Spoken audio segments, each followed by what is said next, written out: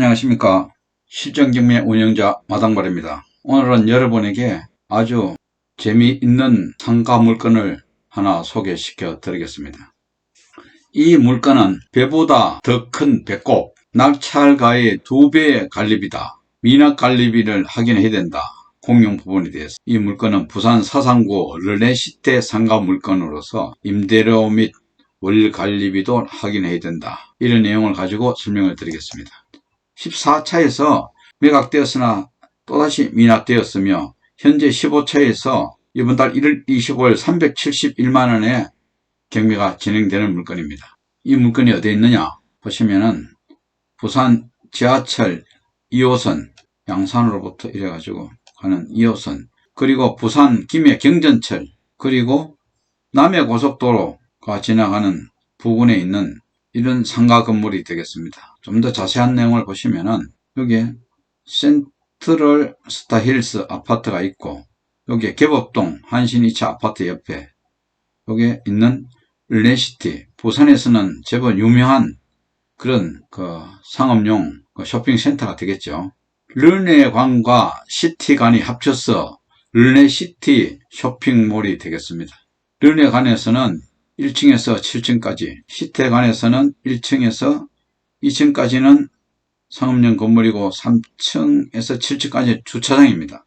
매각물의 현황을 설명드리겠습니다. 이번에 나온 물건은 전부 4평입니다. 2평, 2평 이래가지고 요게 2619호, 여기서 2개 호실이 합쳐서 4평으로서 1890만원씩 또 810만원씩 합쳐서 애초에 감정가액이 5400만원에 감정이 된 물건입니다.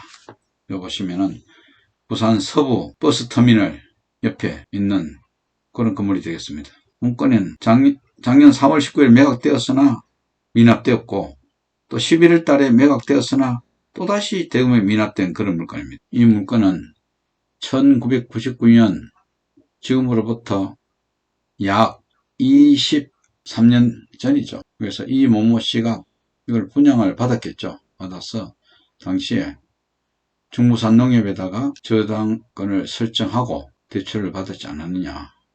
그래서 이것이 연체가 되어서 중부산 농협에서 임의경매로 진행되고 있는 그런 물건이 되겠습니다. 자, 아까 말씀드린 대로 관리비를 연체되는 걸 확인해야 된다. 미납 관리비의 경우 공용 부분 관리비는 대법원 판례에 의해 가지고 매수인에게 승계됩니다. 경매 진행되고 있는 가격입니다. 그러나 매수인에게 승계되는 공용 관리 부분 관리비가 얼마냐? 700만원이 넘습니다. 지금. 그러니까 배보다 배꼽이 더 크죠. 이 점을 명심해야 된다. 건물 정보 보시면은 허가는 1979년이 났습니다만 약 지금으로부터 20년 전에 전면적으로 상가 쇼핑센터를 해서 분양한 것으로 알고 있습니다. 그래서 이 르네시티 경우에 최근 1년간, 6개월간, 3개월간, 1개월간 전에 이 감정가액 이보다 조금 더 적은 점포로서 유찰이 10회, 11.67회, 11.67회, 다시 12회, 본건은 15차까지 갔으나 지금 2번 유찰된 그런 물건입니다. 그러면 이것도 거의 같죠. 유찰 횟수가 12회가 된 그런 물건으로 보면 되겠습니다. 그래서 한 명이 낙찰하였으나 비슷한 겁니다. 그러니까 이거 참고로 이 르네시티의 경우를 가지고 법원에 입찰가를 분석한 겁니다. 자, 여러분, 이것을 입찰받는 것이 문제가 아닙니다.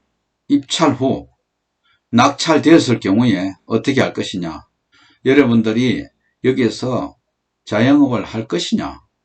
이 물건의 경우에는 르네시테, 르네관의 2층에 있는 여성용 의료 종목이 아니냐, 이렇게 판단이 됩니다. 그럼 여러분들 자영업을 안 한다면은 임대를 할 것이냐, 그리고 가장 중요한 것은 연체된 관리비도 문제겠지만은 매월 관리비가 어느 정도 나올 것이냐. 제가 알건대는 이 정도의 한 4평 정도 있을 경우에는 월 관리비가 한 50만원 정도 나오지 않느냐.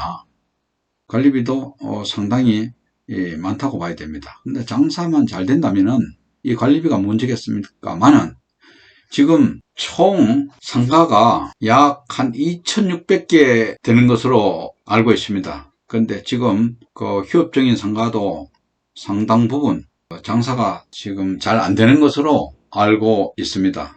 여러분들이 직접적으로 관심이 계시는 분은 이 매각되는 상가 가격이 아무리 싸다 하더라도 이 가격보다가도 2배나 되는 공용 부분에 대한 관리비, 그리고 낙찰 후에 차후의 관리비 이를 감안하시어 여러분들이 섣불리 낙찰을 받았다가는 이분들처럼 미납을 할 수밖에 없습니다. 그러니까 여러분들이 잘 판단하시어 이 최저 매각 가격이 싸다고 해서 덜썩 낙찰을 받았다가는 이 낙찰 가격의 2배 이상 되는 공용 관리비를 부담해야 되며 앞으로도 계속되는 관리비를 부담해야 되는 그런 좋지 않은 결과가 될 수가 있습니다. 여러분, 오늘은 간단한 상가에 대해서 여러분들에게 설명을 드렸습니다. 이 물건을 제가 설명을 드리기보다는 여러분들이 앞으로 상가를 낙찰 받거나 관심이 있는 물건에 대하여서는 반드시 공용 부분 관리비에 대해서 정확하게 알아보신 후에 입찰에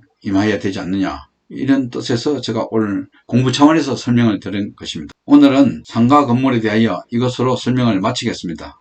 끝까지 구독해 주신 여러분에게 대단히 고맙습니다. 여러분, 앞으로 이 상가 건물에 대하여 입찰을 하실 시에는 이러한 관리비 연체 부분을 정확히 판단하시어 여러분들이 입찰에 임하여 주시면 고맙겠습니다. 대단히 감사합니다.